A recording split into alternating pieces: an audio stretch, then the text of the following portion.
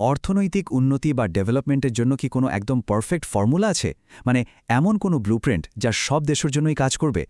এই প্রশ্নটা কিন্তু অর্থনীতিবিদ আর পলিসি মেকারদের বহু বহু বছর ধরে ভাবিয়ে তুলেছে। চলুন আজ আমরা এই ব্লুপ্রিন্ট খোঁজার সেই ঐতিহাসিক জার্নিটা একটু কাছ থেকে দেখি। আর সবকিছুর শুরু কিন্তু এই একটা প্রশ্নকে ঘিরেই। একটা দেশ কিভাবে তার মানুষকে দারিদ্র্যের চক্র থেকে বের করে এনে একটা সমৃদ্ধ ভবিষ্যতের দিকে নিয়ে যেতে পারে, এই একটা প্রশ্নের উত্তর খুঁজতে গিয়েই কিন্তু জন্ম হয়েছে অর্থনীতির সব যুগান্তকারী তত্ত্বের। আজকের এই যাত্রায় আমরা প্রথমে একটা সার্বজনীন ফর্মুলা খোঁজার চেষ্টা দেখব, তারপর কিছু এক পথ বা লিনিয়ার গ্রোথ মডেল নিয়ে কথা বলবো। এরপর আমরা দেখব কিভাবে অর্থনীতিকে খামার থেকে কারখানার দিকে নিয়ে যাওয়ার ধারণাটা এলো, আর কেনই বা এইসব ব্লুপ্রিন্ট অনেক সময় ফেল করল। শেষে আমরা দেখব কিছু তত্ত্ব কিভাবে পুরো গ্লোবাল সিস্টেমকেই প্রশ্নের মুখে ফেলে দিয়েছিল, আর সময়ের সাথে সাথে ডেভেলপমেন্টের ধারণাটাই কিভাবে বদলে গেছে। আচ্ছা, তো দ্বিতীয় বিশ্বযুদ্ধের পর যখন একে একে অনেক দেশ স্বাধীন হচ্ছিল, তখন একটা বড় প্রশ্ন সামনে আসে। অর্থনৈতিক সাফল্যের কি কোনো বাধা ধরা পথ আছে, একটা মডেল যা সব দেশই ফলো করতে পারে? বিশেষ করে মার্শাল প্ল্যানের অধীনে ইউরোপ যেভাবে ঘুরে দাঁড়িয়েছিল, সেটা দেখে সবার মনে হয়েছিল যে হ্যাঁ, সঠিক ইনভেস্টমেন্ট আর প্ল্যানিং থাকলেই যে কোনো দেশকে উন্নতির পথে নিয়ে যাওয়া সম্ভব। তো এই ধারণা থেকেই জন্ম নেয় প্রথম দিকের তত্ত্বগুলো। এদেরকে বলা হয় লিনিয়ার স্টেজেস থিওরি বা রৈখিক পর্যায়ের তত্ত্ব। এই তত্ত্বগুলোর মূল কথা ছিল খুব সিম্পল: সব দেশকে উন্নতির জন্য একই রকম কিছু ধাপ পার হতে হবে, যেন উন্নয়নের একটাই সোজা রাস্তা। এই আইডিয়াটার সবচেয়ে বিখ্যাত প্রবক্তা ছিলেন আমেরিকান ইকোনমিক হিস্টোরিয়ান ওয়াল্ট রস্তো। তার মতে অর্থনৈতিক উন্নয়ন হুট করে ঘটে যাওয়া কোনো ব্যাপার না, বরং এটা একটা ধারাবাহিক প্রক্রিয়া, যেখানে একটা দেশের অর্থনীতিকে নির্দিষ্ট কয়েকটা স্টেজ পার করে এগোতে হয়। রস্টোমোট এই 5টা পর্যায়ের কথা বলেছিলেন। প্রথম স্টেজটা হলো ঐতিহ্যবাহী সমাজ, যেটা মূলত কৃষিভিত্তিক। এরপর আসে উড্ডয়নের পূর্ব শর্ত তৈরির পর্যায়, যেখানে আধুনিক টেকনোলজির ছোঁয়া লাগতে শুরু করে। 3 নম্বর আর সবচেয়ে গুরুত্বপূর্ণ স্টেজটা হলো উড্ডয়ন বা টেক অফ, যখন ইনভেস্টমেন্ট হু হু করে বাড়ে আর শিল্পায়ন দ্রুতগতিতে এগোয়। এরপর দেশ পরিপক্কতার দিকে এগিয়ে যায় আর সবশেষে পৌঁছায় উচ্চ গণভোগের যুগে, যেখানে সাধারণ মানুষের জীবনযাত্রার মান অনেক বেড়ে যায়। আর রস্টোরের এই ধারণাকে একটা গাণিতিক ভিত্তি দিয়েছিল হ্যারোড ডোমার মডেল। এর যুক্তিটা জানেন, খুবই সহজ কিন্তু দারুণ পাওয়ারফুল। বলা হচ্ছে, যদি গ্রোথ চান তাহলে দেশের মোট আয়ের একটা অংশ সেভ করতে হবে, মানে সঞ্চয় করতে হবে, আর সেটা আবার ইনভেস্ট বা বিনিয়োগ করতে হবে। সোজা কথায়, যত বেশি সেভিংস আর ইনভেস্টমেন্ট, তত দ্রুত দেশের আয় বাড়বে। মানে আসল খেলাটা হলো ক্যাপিটাল জমানো। কিন্তু শুধু টাকা জমালে বা ইনভেস্ট করলেই কি হবে?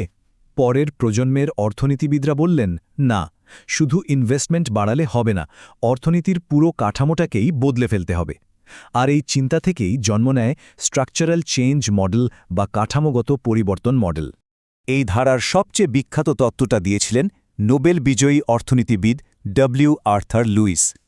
তার 2 সেক্টর মডেল, মানে দ্বিখাত মডেল, 60 আর 70-এর দশকে ডেভেলপমেন্ট ইকোনমিক্সের মূল তত্ত্বে পরিণত হয়। লুইস দেখালেন, উন্নয়ন মানে আসলে দেশের অর্থনীতিকে গ্রাম বা খামার থেকে শহর বা কারখানায় ট্রান্সফর্ম করা।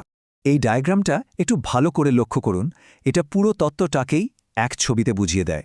লুইসের মডেলে একটা দেশের অর্থনীতিতে যেন দুটো আলাদা পৃথিবী পাশাপাশি চলছে।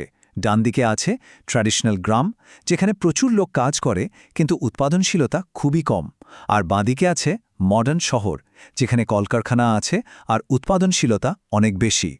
লুইসের আইডিয়ার মূল চাবিকাঠিটা হলো এই যে গ্রামের কৃষিখাতে উদ্বৃত্ত শ্রম বা সারপ্লাস লেবার রয়েছে।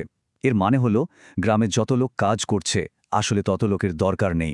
এদের মধ্যে কিছু লোক যদি গ্রাম ছেড়ে শহরে চলেও আসে, তাহলেও মোট ফসল উৎপাদনে কোনো কমতি হবে না। অর্থনীতিবিদরা একে বলেন জিরো মার্জিনাল প্রোডাক্টিভিটি। আর ঠিক এখানেই উন্নয়নের ইঞ্জিনটা স্টার্ট নেয়। এবার ডায়াগ্রামের বাঁ দিকে তাকান।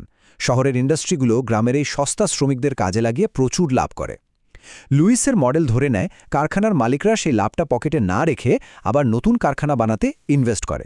ফলে কি হয়, ইন্ডাস্ট্রির আকার বাড়ে, আরও শ্রমিকের দরকার হয়, আর গ্রাম থেকে আরও লোক শহরে আসে।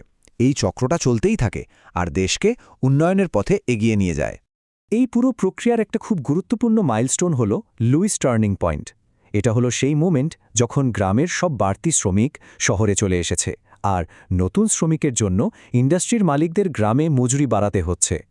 এই টার্নিং পয়েন্টটা আসলে একটা দেশের সফল অর্থনৈতিক রূপান্তরের সংকেত দেয়। দারুণ আইডিয়া, তাই না? কিন্তু বাস্তব পৃথিবী কি সবসময় বইয়ের পাতার মতো চলে? দেখা গেল অনেক দেশেই এই মডেলগুলো ঠিকঠাক কাজ করছে না। আর এখানেই গল্পের আসল টুইস্ট। এই মডেলগুলোর দুর্বলতাগুলো সামনে আসতে শুরু করল। লুইস মডেলে একটা বড় আশা করা হয়েছিল যে কারখানার মালিকরা তাদের লাভটা আবার নতুন করে ইনভেস্ট করবেন, আরও চাকরি তৈরি করবেন। কিন্তু বাস্তবে কি হলো? দেখা গেল অনেকেই সেই লাভ দিয়ে এমন সব টেকনোলজি কিনছেন যা দিয়ে কম লোক ব্যবহার করে বেশি কাজ করা যায়, অথবা আরও খারাপ, মুনাফার টাকাটা দেশের বাইরেই পাঠিয়ে দিচ্ছেন। এই যে দেশের টাকা বাইরে চলে যাওয়া, একেই বলে ক্যাপিটাল ফ্লাইট বা মূলধন পাচার। এই ডায়াগ্রামটা দেখুন, এটা খুব পরিষ্কারভাবে দেখাচ্ছে যে কিভাবে উন্নয়ন বিরোধী গ্রোথ হতে পারে। মানে দেশের প্রোডাকশন বাড়ছে, জিডিপি বাড়ছে, কিন্তু নতুন চাকরি তৈরি হচ্ছে না। ফলে কি হচ্ছে? সাধারণ মানুষের কোনো লাভ হচ্ছে না, আর ধনী গরিবের মধ্যে বৈষম্য আকাশ ছুঁয়ে যাচ্ছে। সব লাভ গিয়ে জমা হচ্ছে অল্প কিছু মানুষের হাতে। এই ব্যর্থতাগুলো দেখতে দেখতেই জন্ম নেয় সবচেয়ে র্যাডিক্যাল বা বিপ্লবী একটা চিন্তাধারার। এই চিন্তাবিদরা বললেন, আসল সমস্যাটা দেশের ভেতরের পলিসিতে নয়, সমস্যাটা হলো পুরো গ্লোবাল ইকোনমিক সিস্টেমের ডিজাইনে। তাদের মতে এই সিস্টেমটাই আসলে গরিব দেশগুলোর বিপক্ষে কাজ করে। এই তথ্যের মূল কথা হল, অনুন্নয়ন বা আন্ডার ডেভেলপমেন্ট কোনো দেশের ভেতরের সমস্যা নয়, বরং এটা বাইরের শক্তি দিয়ে তৈরি করা একটা অবস্থা। উন্নয়নশীল দেশগুলো ধনী দেশগুলোর ওপর এমনভাবে নির্ভরশীল হয়ে পড়েছে যে তারা চাইলেও সত্যিকারের অর্থে স্বাধীনভাবে উন্নতি করতে পারে না। এই নির্ভরশীলতার তত্ত্বের ভেতরেও আবার তিনটা প্রধান ভাগ আছে। একটা হলো নয়া ঔপনিবেশিক মডেল, যেটা সরাসরি ধনী দেশের আধিপত্যের কথা বলে। আরেকটা হলো মিথ্যা দৃষ্টান্ত মডেল, যা ভুল বা অনুপযুক্ত পরামর্শকে দায়ী করে। আর তৃতীয়টা হলো দ্বৈত উন্নয়ন থিসিস, যা একটা দেশের ভেতরের বিভাজনকে তুলে ধরে। থিওটোনিও ডাস সান্তোসের এই উক্তিটা নয়া ঔপনিবেশিক মডেলের একেবারে মূল কথাটা বলে দেয়। এই মডেলের চোখে পৃথিবীটা দুটো ভাগে বিভক্ত। একটা হলো প্রভাবশালী কেন্দ্র বা কোর, মানে উন্নত দেশগুলো, আর অন্যটা হলো নির্ভরশীল প্রান্ত বা পেরিফেরি, মানে উন্নয়নশীল দেশগুলো। আর এই প্রান্তের দেশগুলোর অর্থনীতি সবসময় কেন্দ্রের প্রয়োজনে পরিচালিত হয়, যার ফলে শোষণটা একটা স্থায়ী রূপ নেয়।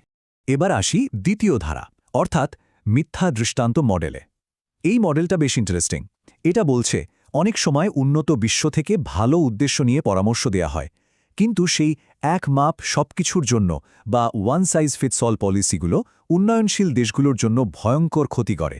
কারণ এই পরামর্শগুলো প্রায় বিদেশি স্বার্থ দেখে তৈরি, স্থানীয় বাস্তবতাকে পুরোপুরি উপেক্ষা করে। আর তৃতীয় তত্ত্বটা হল দ্বৈতবাদ বা ডুয়ালিজম। এই তত্ত্ব বলছে, একটা দেশের ভেতরেই ধনী আর গরিবের পাশাপাশি থাকাটা কোনো সাময়িক ব্যাপার না, এটা সিস্টেমের একটা স্থায়ী বৈশিষ্ট্য। আর সময়ের সাথে সাথে এই বিভেদটা কমার বদলে বেড়েই চলে, কারণ উন্নত অংশটা অনুন্নত অংশটাকে টেনে তোলার বদলে উল্টো তাদের শোষণ করে নিজেদের আরও শক্তিশালী করে। তাহলে দেখুন, আমরা শুরু করেছিলাম একটা সহজ সরল ব্লুপ্রিন্টের খোঁজ দিয়ে, আর এখন এমন একটা জায়গায় এসে পৌঁছেছি যেখানে পুরো গ্লোবাল সিস্টেমকে প্রশ্ন করা হচ্ছে।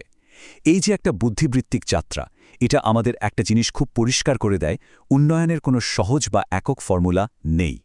শেষ করার আগে শুধু একটা প্রশ্ন রেখে যাই, প্রবৃদ্ধি, কাঠামোগত পরিবর্তন আর নির্ভরশীলতার এই যে ক্লাসিক আইডিয়াগুলো, এগুলো কি শুধুই ইতিহাসের পাতায় থেকে গেছে, নাকি আজকের এই আধুনিক বিশ্বেও ধনী আর গরিব দেশগুলোর সম্পর্ককে বোঝার জন্য এগুলো এখনও আগের মতোই প্রাসঙ্গিক? ব্যাপারটা কিন্তু ভেবে দেখার মতো।